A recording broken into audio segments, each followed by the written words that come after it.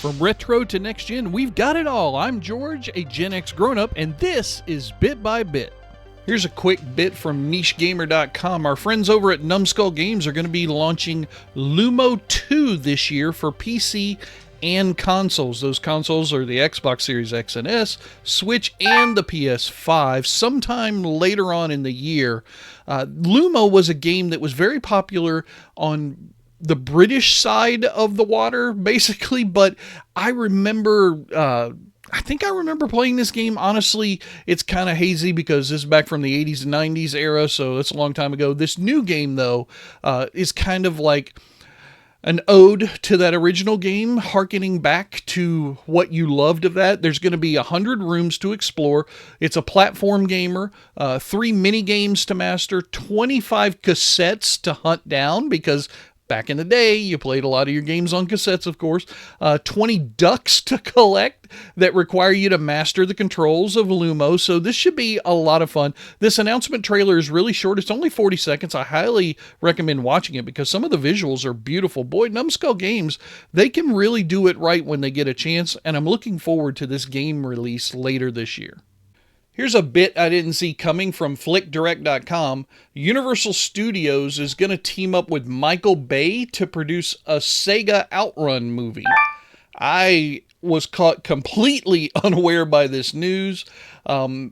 So, yeah, I guess because a lot of video game movies have been moderately successful lately, and we know Sega has had, you know, the Sonic 1 through 3 and Knuckles and all those stuff.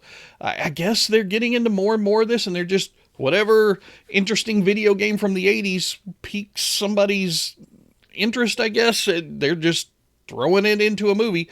Sydney Sweeney, who is actually most well known from Euphoria, if I remember right. Yeah, there it is, Euphoria.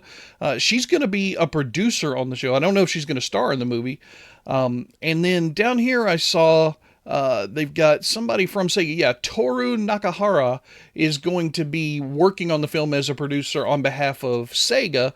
Apparently, he's also been involved in the Sonic Hedgehog movies and Knuckles, and he's even involved in the upcoming Golden Axe adaptation. So, a lot of video game movies are coming to market. We know we had Super Mario Brothers, which they talk about here. Universal had that one that was pretty successful. They made $1.4 billion across the globe on that one.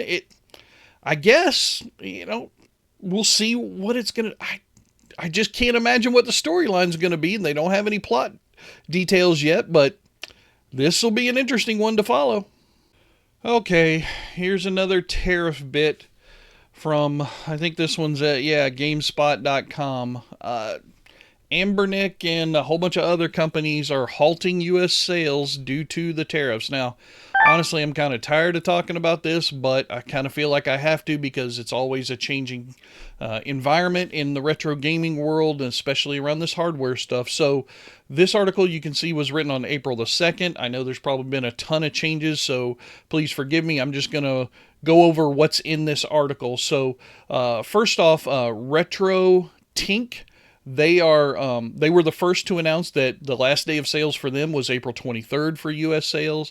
Ambernick, who is also, they make the RG34X and 35X Plus.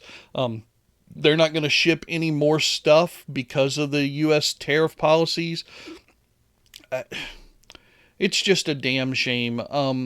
A whole bunch of stuff is going up in price, as you might imagine. They talk here about the Switch 2, which you can get for $450 or $500 bundle in the Mario Kart World bundle, I guess. I do know that you can pre-order the Switch 2.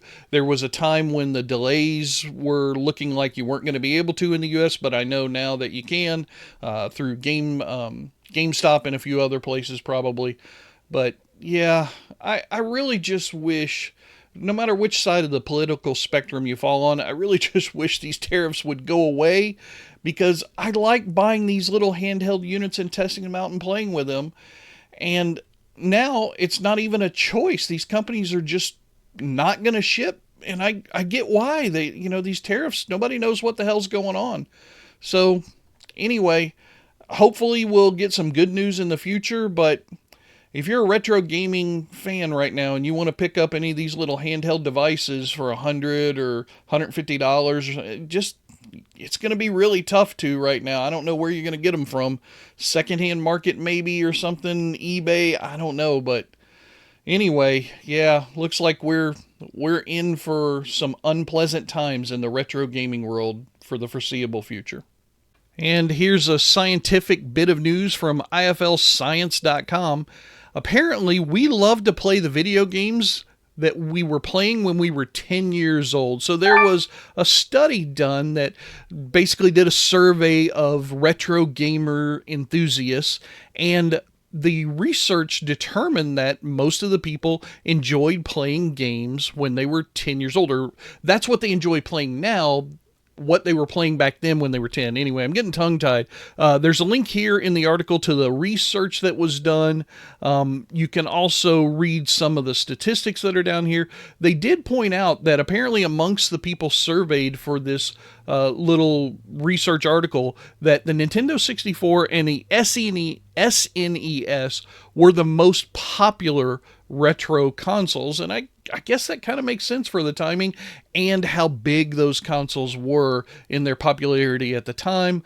29% of retro gaming sessions take place with consoles that had been discontinued by the time the player was born. So that's an interesting little statistic. I love these kinds of studies. I love these kinds of articles. You don't get to see them very often, but now that retro gaming is becoming more and more popular, I think we're going to learn a lot more about what our habits are and why. And this is a fun article to get that kind of thought process going for you. Here's a quick emulation bit from xda.com. They want to give us 4 reasons to convince us to use Lakka for retro gaming emulation. First, right off the bat, their first reason is it's fairly easy to use. That's always a big plus because not everybody are experts in how to configure and download and install all of this stuff. So something that's easy to use with a fresh interface is nice. Number 3 is there's wide hardware support. That's always a plus, obviously. You got an old PC or obviously a Raspberry Pi or a single board computer laying around. You can probably play a lot of different things depending upon the hardware that you install this with, right? You get loads of feature, rewind to shaders. It's got everything apparently, which is nice.